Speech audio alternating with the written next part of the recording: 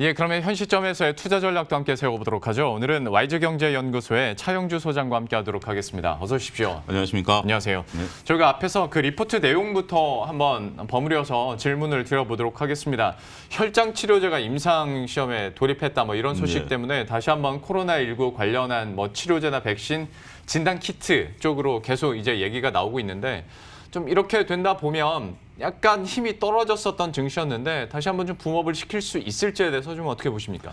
예, 뭐 뉴욕 증시 같은 경우도 지난주 금요일 날 뭐 치료제에 대한 어떤 기대감 이런 것들이 현재 지금 시장에 있어서의 원동력이 된다라고 말씀드릴 수 있겠죠. 시장이 현재 지금 바라보고 있는 포인트가 무엇이냐 이런 부분들을 우리가 살펴보게 된다라면 악재에는 둔감하지만 호재에는 민감한 그런 지금 상황이 연출이 되고 있다라고 말씀드릴 수 있겠습니다. 코로나19가 워낙 오래 지속이 되다 보니까 이제 코로나19로 인해서 경제 상황이 좋지 않다거나 아니면 뭐 오늘도 수출 동향이 발표됐습니다만 좋지 않은 것에 대해서는 그렇게 크게 개의치는 않는 그런 모습들입니다만 오히려 코로나19를 끝낼 수 있는 그러한 치료제라든지 백신이라든지 이런 쪽에 대해서는 여전히 관심이 크다. 그리고 그런 것들이 소위 대박이 날 수 있다라는 수익성에 대한 어떤 기대감들로 인해서 관련 종목들이 널뛰기를 하고 있는 그런 모습들을 보인다라고 말씀드릴 수 있겠죠. 하지만 안타깝게도 우리가 코로나19를 끝낼 것 같은 그러한 백신이나 치료제가 현재로서는 완벽히 나올 때까지는 물리적인 시간이 필요하다라는 점, 그리고 이러한 것들이 현재 그 어떤 가시권에 들어오지도 않고 있다라는 점, 이런 점들을 냉정히 좀 살펴야 되지 않을까. 지금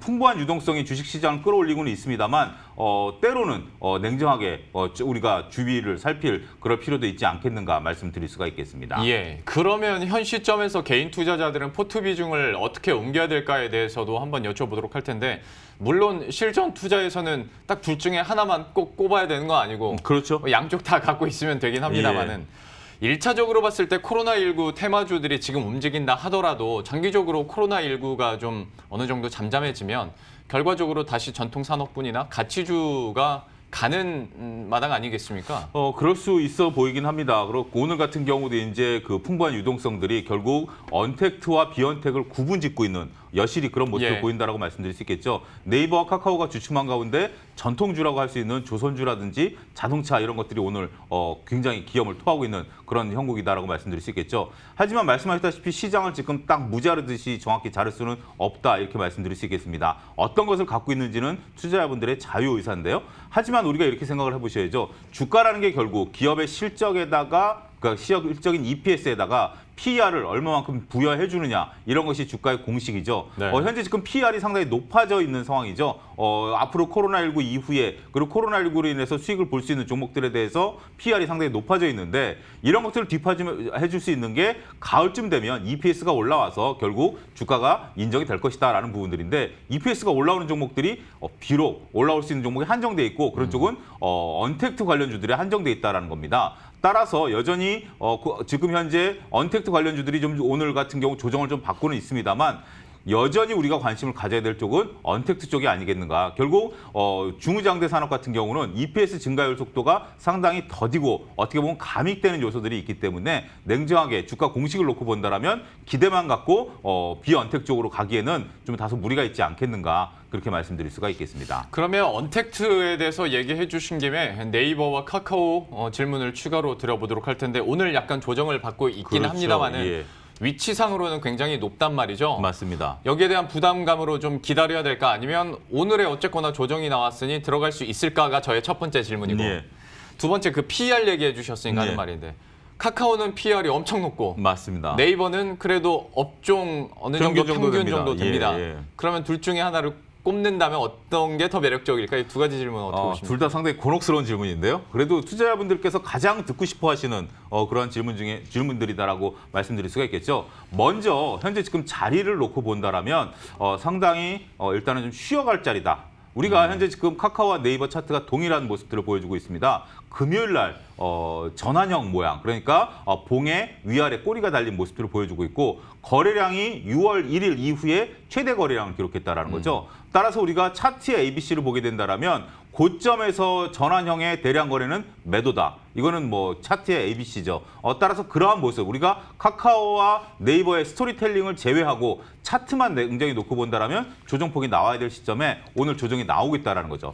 말씀하셨다시피 오늘 그러면 들어갈 수도 있지 않겠는가라고 들어오시는 분들이 있지 않겠는가라고 보는데 그런 분들이 오늘 생각보다 적다라는 겁니다. 왜냐하면 주가가 조정을 받는다라는 것은 충분히 싸게 살 수 있음에도 불구하고 사자보다는 팔자가 많다라는 세력의 우위를 우리가 차트를 보고 읽어내야 된다라는 부분들이고요. 예. 그다음에 두 번째는 이제 밸류에 대한 논란들이죠. 현재 지금 카카오 같은 경우 제가 이제 두 밸류를 정확히 비교를 하지는 않았습니다만 카카오 같은 경우 증권사에서 최근에 3개의 리포트가 나왔는데 평균 가격이 대략 30만 원대 초반입니다. 높이 잡은 게 38만 원이고요. 따라서 지금 가격대를 본다라면 밸류를 넘어선 상황이죠.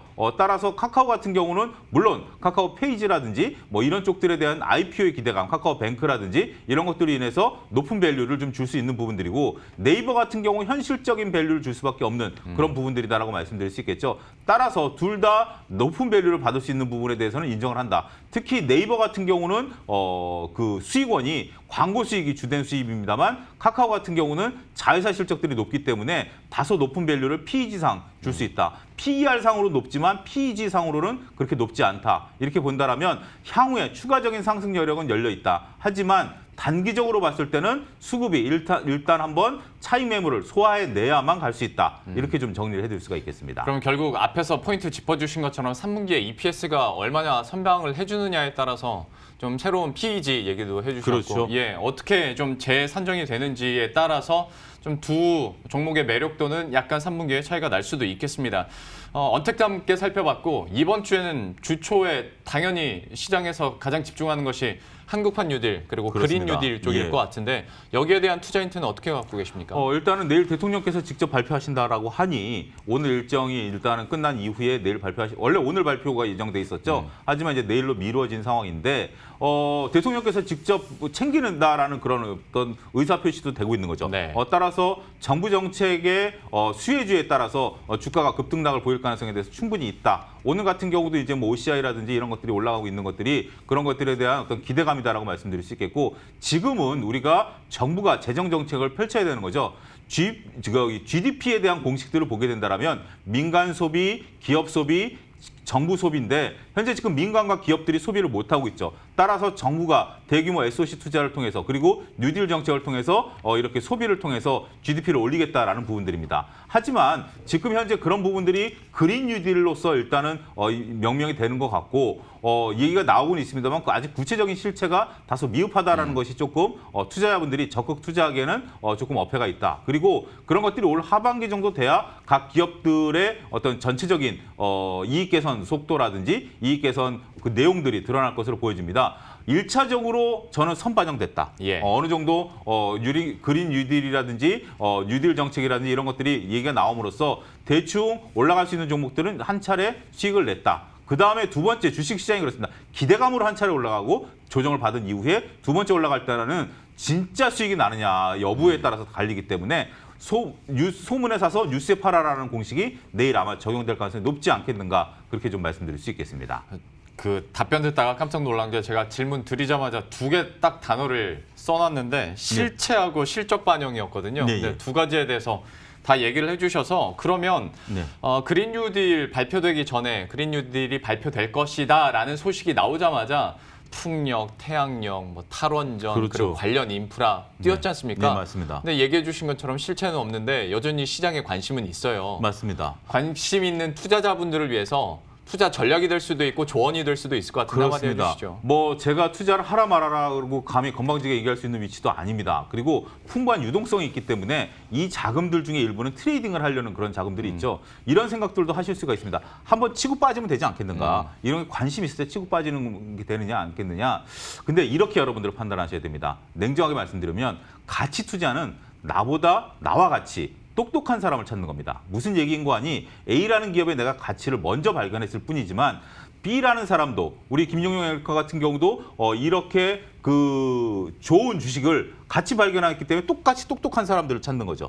하지만 테마주는 나보다 다소 떨어지는 사람을 찾는 겁니다. 내가 뭐 10,000원에 샀는데 내 주식을 12,000원에 사줄 소위 말해서 피터 린치가 얘기한 대로 나보다 바보를 찾는 게임이 될 수 있다라는 것들을 여러분들의 게임의 법칙이 다르다라는 겁니다. 따라서 내가 치고 빠지겠다라는 생각을 나만 하는 게 아니고요. 많은 사람들이 합니다. 그래서 만약에 그런 주식들에 여러분들이 뛰어들려고 한다면 조언을 드린다라는 것은 손절매가 가능하냐. 내가 만약에 주가가 내 생각대로 안 움직였다. 내가 10,000원에 사서 12,000원에 팔려고 했는데 내가 보니까 내가 어떻게 보면 앞 사람보다 바보였더라. 그래서 9,000원 떨어졌다라 하면 칼같이 손절매를 하실 수 있으면 뛰어들어가시고요. 그렇지 않다면 냉정하게 그냥 쳐다만 지켜보시는 것도 하나의 방법이 된다. 그런 것도 말씀드리도록 하겠습니다. 좋은 인사이트이자 조언일 것 같습니다. 원래 시험도 절대평가보다 상대평가가 더 스트레스 받습니다. 맞습니다. 예, 예. 한번 여기에 대해서는 그런데 시장의 반응은 저희가 계속 지켜보도록 하겠고요.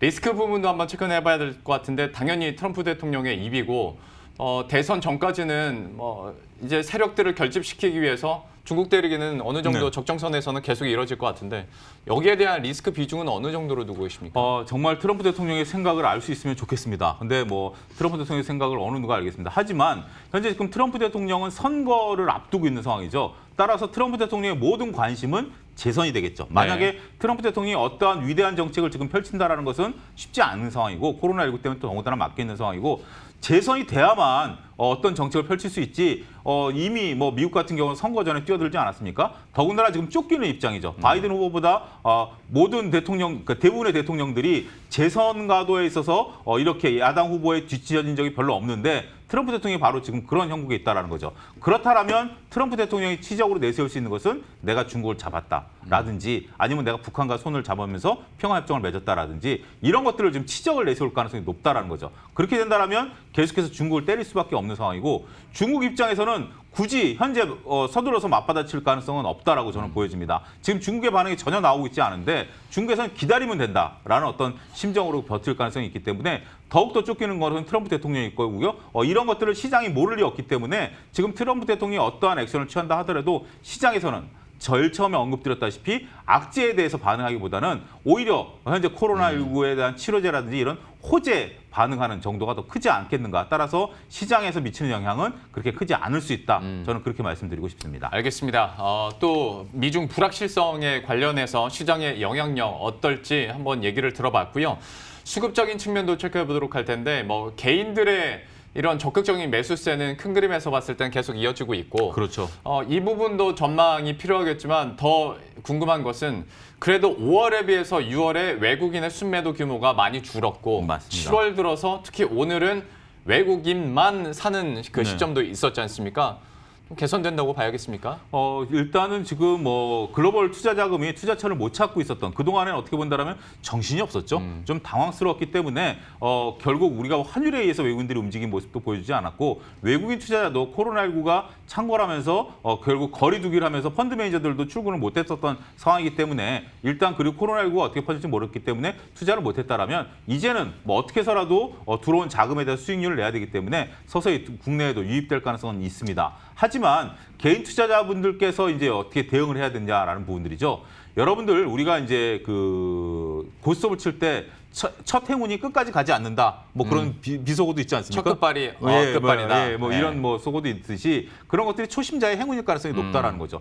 특히 코로나19로 주가가 1,400포인트까지 빠진 다음에 올라올 때는 매물대가 없었습니다. 따라서 어떤 운이 작용하면서 주식을 샀으면 수익률의 차이는 있었지만 누구든지 돈을 벌 수 있는 쉬운 시장이었죠. 하지만 이제는 종목도 언택을 가야 되냐 비언택을 가야 되느냐 아니면 여기서 2,200을 뚫고 가느냐 못 가느냐 아니면 외국인들이 사야 되느냐 말아야 되느냐 이런 부분들이 다 이제는 시장에 있어서 고려 요소가 된다는 거죠.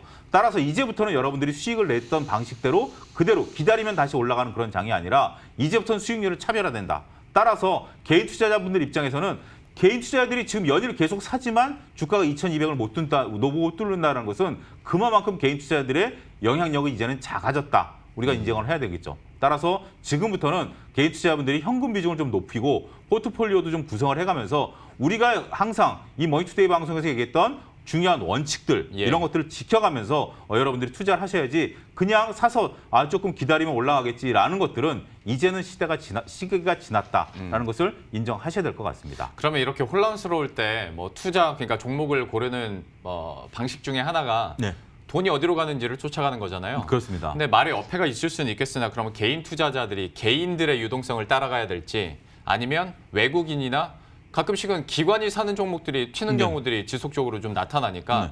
기관의 유동성을 따라가야 될지 지금으로서는 어디가 가장 현명하다고 보십니까? 지금은 그런 것들이 이제 좀 시기가 바뀌었다. 그러니까 지금까지는 유동성으로 올려왔다. 네. 유동성으로 올려왔기 때문에 개인과 외국인들이 아니 기관과 외국인들이 역할을 못한 상황에서 개인들이 어떤 쪽을 사주느냐, 언택트를 사주느냐, 아니면 삼성전자를 사주느냐에 따라서 수익률이 났었다라는 거죠. 네. 지금은 이런 유동성을 따라가는 장세가 아니라 EPS를 따라가야 된다. 아, 그러니까 결국 카카오라는 게 우리가 30만 원대 중반까지 올라올 수 있었던 것들이 이익이 개선됐기 때문 아니겠습니까? 예. 하지만 조선주 같은 경우는 계속 그 가격에 머물고 있어요. 그 가격은 결국 뭐냐면 EPS 증가 속도가 더디고 있다라는 거.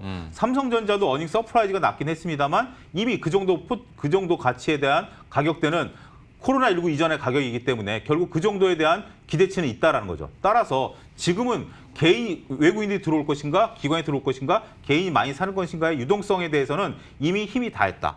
따라서 어느 쪽으로 갈 것인가에 대해서는 어느 기업의 이익 성장성이 좋을 것인가. 언택트에서도 이익 성장성이 떨어지는 종목, 게임이라든지 엔터 같은 경우 일부 종목들은 떨어지겠죠. 제약바이오도 그런 종목들은 피하고 올라가는 종목은 여전히 고점을 향해서 쏠림 현상들이 있을 것이다. 앞서 말씀드렸다시피 그런 것은 가치 투자고 나처럼 똑똑한 사람을 찾는 거죠. 남들도 미인대회라는 우리가 격언을 되새긴대라면 내가 이 기업의 EPS 증가를 봤으면 다른 사람도 그 EPS 증가를 보고 따라올 것입니다. 네. 따라서 지금 그런 종목에 대해서 여러분들이 공부를 해놓고 당장 사라는 게 아니죠. 지수는 다소 조정받을 가능성이 있는데 그럴 때마다 조금씩 분할 매수 관점의 접근이 유효하다. 그렇게 결론을 내릴 수 있을 것 같습니다. 그러니까 지금 시장이나 분위기에서는 수급을 따라가는 것이 아니라 결국에는 주당 순이익이 얼마나 잘 나오고 개선될 것으로 예상이 되느냐가 더 중요한 포인트다라고 그렇습니다. 얘기를 이제는 해주셨는데 시장의 질이 좀 바뀌었다. 그렇게 말씀을 드릴 수가 있겠죠. 그럼 얘기 나온 김에 실적 얘기로 넘어가 보도록 하죠. 뭐 삼성전자에서도 이번에 서프라이즈가 나왔죠. 물론 이거 속을 들여다보고 해석을 하면 좀 결이 다를 수는 있겠습니다만. 예. 다만 3분기에는 더 좋아질 거야 네. 라는 시각들도 있고 뭐 삼성전자는 3분기는 더 안 좋아질 거야 그렇죠. 라는 쪽도 있습니다. 맞습니다. 그러면 이거를 어떻게 판가름해서 실적 가지고 우리가 전략을 짤 수 있을까? 여기에 대해서도 좀 전략을 짜주시죠. 이게 상당히 조금 어려운 문제 중에 하나인데요. 오늘 질문이 상당히 난이도가 높습니다. 좀 날카로운 질문들인데 지금까지 실적에 대해서 우리가 이제 공부를 안 했는데 성적이 좋게 나왔단 말이에요. 네. 생각보다 좀 문제가 쉬웠다라는 거죠. 그렇게 해서 성적이 나왔는데 그렇다면 3분기 때 앞으로는 어떻게 될 것인가? 이 부분에 따라서 결국 기업이 주가라는 게 기업의 실적을 6개월 선행하는 거기 때문에 앞으로 어떻게 볼 것인가? 삼성전자만 놓고 보더라도 앞으로 코로나19 이후에 좋아질 것이다. 오늘 발표된 수출 동향도 보면 반도체 쪽이 나쁘지 않았거든요. 네. 좋았고. 하지만 3분기 때는 오히려 반도체 가격 하락으로 인해서 매출이 증가하지 못했기 때문에 2분기도 3분기 때도 매출이 줄어든다라면 영업이익은 줄어들 수밖에 없다. 이렇게 보는 측면도 있겠죠. 어느 쪽을 우리가 선택한다라는 것은 쉽지 않은 부분들입니다. 따라서 이러한 복잡한 기업들보다는 단순하게 3분기 때 이익이 개선될 수 있는 그러니까 예를 들자면 수렴이 되는 종목들이 몇 종목 되겠죠. 카카오라든지 아니면 뭐 엔터 회사들 지금 엔터 회사 같은 경우 JYP 엔터 같은 경우도 이제 그 공연 수입에서 온라인 수입으로 수입의 질 자체를 바꿔나버렸죠. 이런 식의 그다음에 자동차 쪽에서도 전체적으로 봤을 때 현대모비스가 단순 부품 회사에서 이제 글로벌 부품사로 도약을 하면서 EPS가 증가하는 모습들이라든지 이런 쪽들의 스토리텔링이 개선되는 종목들 이런 쪽들로 종목을 찾는 노력들을 해야 된다. 우리가 단순하게 삼성전자라든지 현대차의 자동차 판매 수량이라든지 이런 것들을 체크해서는 지금 남들보다 빠른 수익을 내기에는 다소 쉽지 않다. 그렇게 말씀드릴 수 있겠습니다. 참 그러니까 3분기에 시장은 오른다는데 삼성전자는 반도체를 중심으로 해서 실적이 좀 떨어질 수 있다고 하니까 많은 분들이 좀 헷갈리시거나 혼란스러울 수 있을 것 같은데 방금 얘기해 주신 그 답변으로 어느 정도 그 그림이나 정리는 좀 될 수 있을 것 같고요. 이제 마지막 질문으로 하고 놓아드리도록 하겠습니다. 지금 선에서 그러면 코스피가 2200선 뚫는 것이 가능하겠느냐? 네.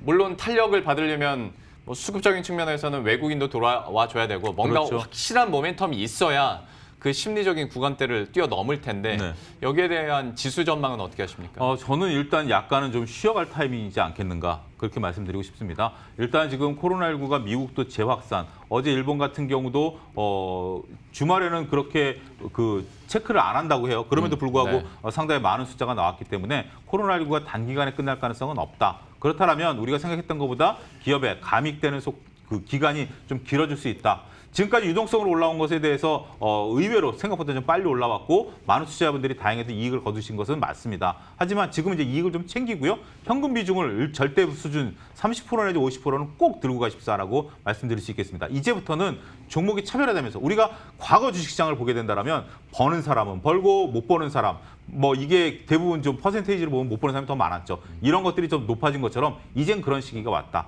결국 지금은 2200을 뚫어가기에는 개인의 힘만으로는 벅차다. 외국인들이 들어오는 걸 확인할 때까지는 다소 조정에 대비한 전략이 필요하지 않을까 말씀드릴 수 있겠습니다. 지금 구간에서는 약간의 신중 모드로 현금을 확보하는 것도 하나의 전략이 될 수도 있을 것 같습니다. 시장 분위기와 전반 전략에 대한 얘기들 함께 들어봤고요. 와이즈경제연구소의 차영주 소장과 함께했습니다. 오늘 말씀 고맙습니다. 감사합니다. 예, 그럼 저희도 여기서 인사드리도록 하겠습니다. 식사 맛있게 하시고요. 저희들은 내일 이 시간에 또 새로운 소식 들과 전략 들고 다시 찾아뵙도록 하겠습니다. 시청해주신 여러분 고맙습니다.